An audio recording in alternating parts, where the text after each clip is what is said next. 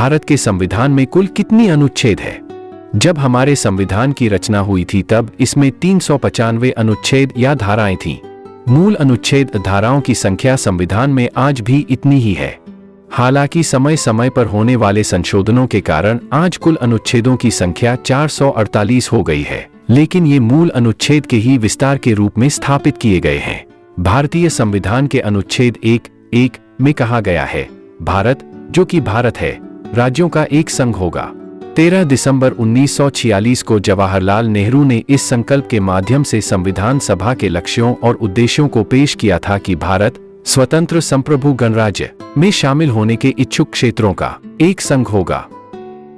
भारतीय संविधान के अनुच्छेद 2 में कहा गया है कि संसद नए राज्यों की स्थापना कर सकती है या नए राज्यों को कानून के आधार पर भारत में स्थापित कर सकती है।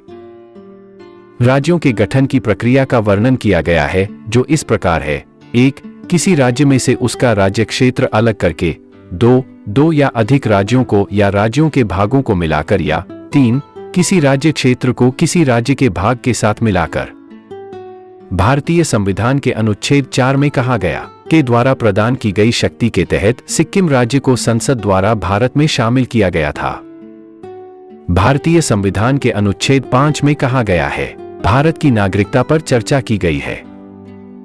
भारत के संविधान के अनुसार अनुच्छेद 6 के अनुसार यदि पाकिस्तान से कोई व्यक्ति 19 जुलाई 1948 से पहले प्रवास कर गया है तो उसे प्रवास की तारीख से भारत के क्षेत्र में सामान्य रूप से निवासी माना जाता है।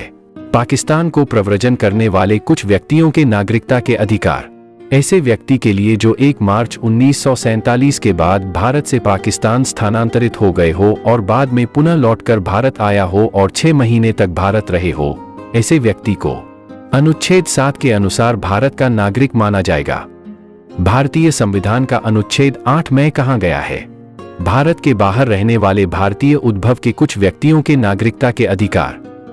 संविधान का अनुच्छेद 9 कहता है कि कोई भी व्यक्ति जिसने 26 जनवरी 1950 से पहले किसी दूसरे देश की नागरिकता हासिल कर ली है, वो अनुच्छेद 5, 6 और 8 के तहत भारत का नागरिक नहीं हो सकता है। अनुच्छेद 10 बताता है कि प्रत्येक व्यक्ति जो इस भाग के पूर्वगामी उपबंधों में से किसी के अधीन भारत का नागरिक है या समझा जाता है, ऐसी विधि के उपबंधों के अधीन रहते हुए जो संसद द्वारा बनाई जाए, भारत का नागरिक बना रहेगा। भारतीय संसद को अनुच्छेद 11 के तहत नागरिकता के अधिकारों को नियंत्रित करने वाले कानून बनाने का अधिकार दिया गया था। अनुच्छेद 9 स्वेच्छा से किसी विदेशी देश की नागरिकता प्राप्त करने वाले लोग भारत के नागरिक नहीं होंगे। भारतीय संविधान के अनुच्छेद 12 में राज्य शब्द की परिभाषा में अन्य प्राधिकरण शामिल हैं। यह वर्षों से न्यायपालिका द्वारा कई व्याख्याओं का विषय रहा है।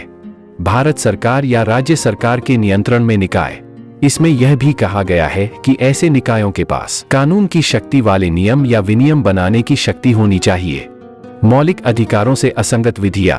भारतीय संविधान का अनुच्छेद 13 घोषित करता है कि मौलिक अधिकारों से असंगत या उनका अल्पीकरण करने वाली विधियां शून्य होंगी। यह शक्ति सर्वोच्च न्यायालय अनुच्छेद 32 और उच्च न्यायालयों अनुच्छेद 226 को प्राप्त है। अनुच्छेद 14 के अनुसार राज्य के लिए यह दायित्व है कि वह कानून के समक्ष किसी भी व्यक्ति की समानता या भारत के क्षेत्र के भीतर कानूनों के समान संरक्षण से इनकार न करे।